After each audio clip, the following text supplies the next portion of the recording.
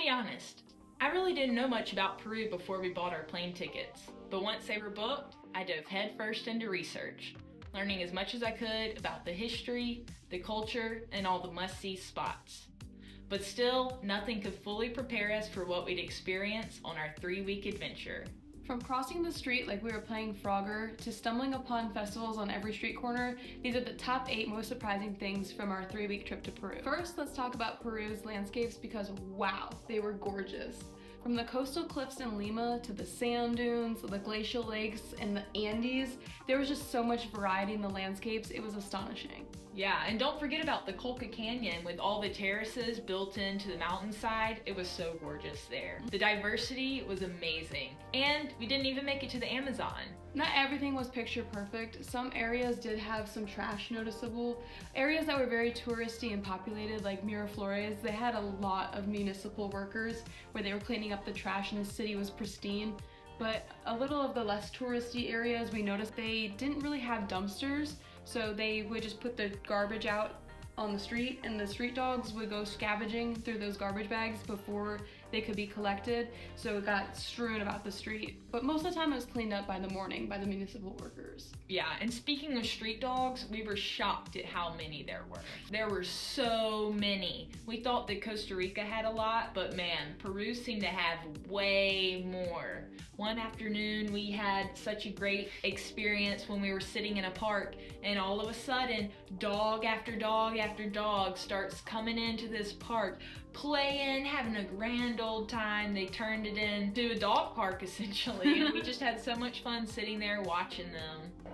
They were everywhere. It was so many dogs. Yeah, and some of them did appear to have owners, but I think a lot of them were just street dogs. Yeah, but you see some with sweaters and stuff. That was so funny. I'd never seen a street dog with a sweater before.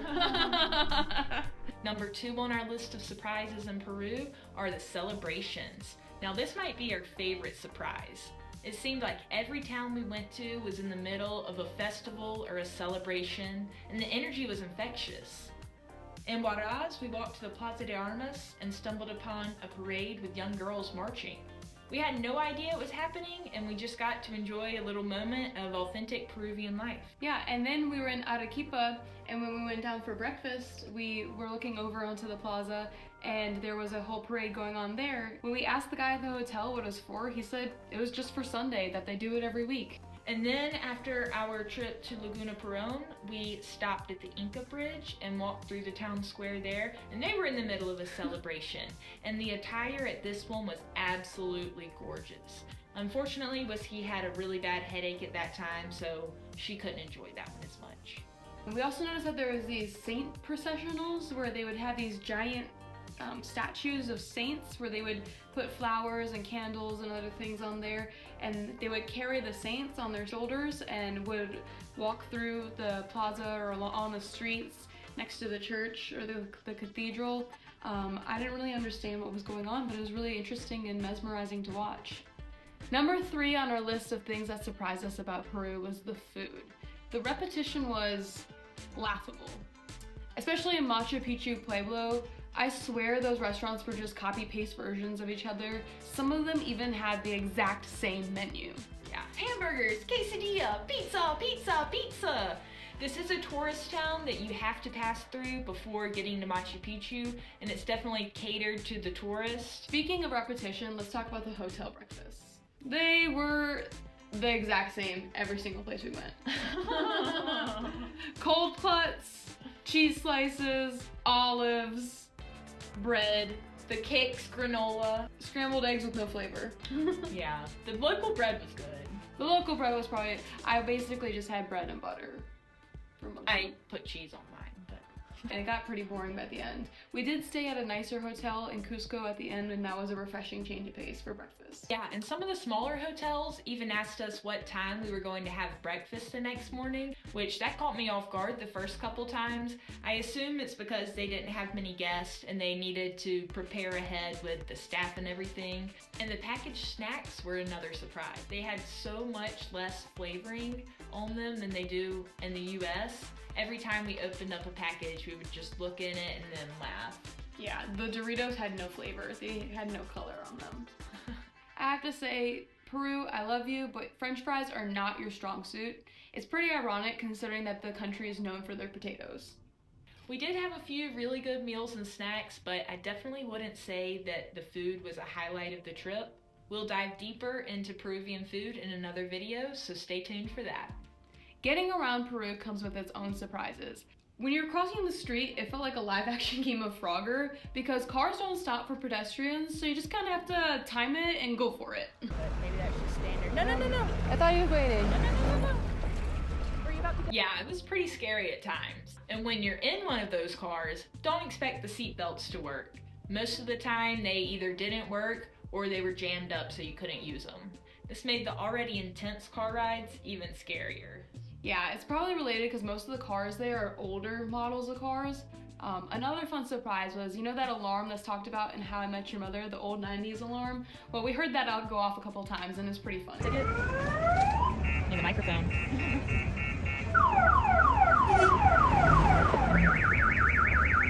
By the end of the trip, we had gotten pretty used to the driving style there. We had heard that the ride up to Machu Picchu was really scary, but I guess by that point, we had already been on so many buses that we were pretty used to it.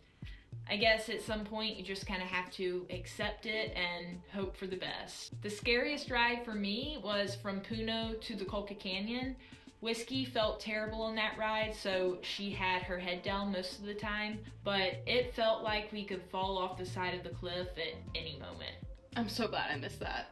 Yeah, and then at one point we switched to a bigger bus, and I swear we even skimmed another bus as we were passing it going down the street. It was so scary. But surprisingly, we didn't really see any major accidents, just a couple fender benders here or there. Yeah, and they don't even call the police for those, they just go about their day afterwards. Number 5 on our list of things that surprised us about Peru was the lax rules and low restrictions. We noticed immediately that things were more relaxed in Peru and people just kind of did what they wanted, whether it was, listening to music without headphones in public or setting up an informal stand wherever they wanted. It's just kind of do what you want. Yes, there were very few restrictions, it seemed, or at least that were actually followed. For example, we didn't have to sign any waivers for activities that normally would have required a mountain of paperwork back home. And this was actually pretty freeing, but also a little surprising. Number 6 on our list of surprises from Peru is the lack of American tourists. We noticed pretty early on that we weren't seeing many American travelers. We started off in Lima, and looking back, I feel like we didn't really see any American or even European travelers there. But then our next stop was the Huacachino Oasis, and that's a big tourist spot. So that's when we began to see a more diverse group of travelers, but still nobody from the United States. That's when it really sank in that Peru isn't a very common destination for American travelers, which honestly kind of made it more authentic and felt special to explore. Yeah, I would say that continued until we got to Cusco and Machu Picchu. That's when we started seeing a couple Americans. There still wasn't a ton there, but we did notice some. The people on the train to Machu Picchu, they were from Florida. But then, funnily enough, on the train back from Machu Picchu, the people next to us were from Australia, literally the other side of the world. So I would say that most of the tourists we saw were probably from other Spanish-speaking countries, but we did see a number of European tourists as well. That brings me to our next surprise. I was surprised by how little English was spoken in some of the tourist areas, but that gave us an opportunity to engage more closely with the local culture. Thankfully, Whiskey Spanish that she's been practicing came in handy. While many people spoke some English, it was noticeably less than in places like Costa Rica. That being said, every interaction was warm and welcoming, and the pride and the work ethic of the Peruvian people really stood out to us. And finally, number 8 on our list of surprises from Peru, the bathrooms. They usually aren't free. Yeah, you better keep some coins handy because usually it costs 1 or 2 soles each to use the public restrooms. And that's just one of the interesting things about the bathrooms in Peru.